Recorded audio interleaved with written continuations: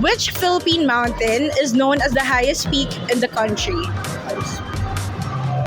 Mount Everest. Mount Mount Pinatubo. Everest. Hindi, yung Mount Everest pala sa Pilipinas na. Philippines po? Mount Pinatubo.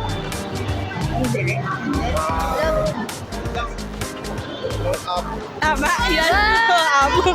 May 20 ka na. What is the name of the Philippine eagle, which is the national bird of the Philippines and one of the largest eagle in the world? Anong pangalan?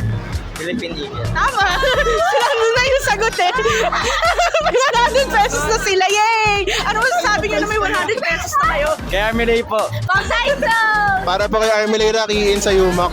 Sige, thank you so much!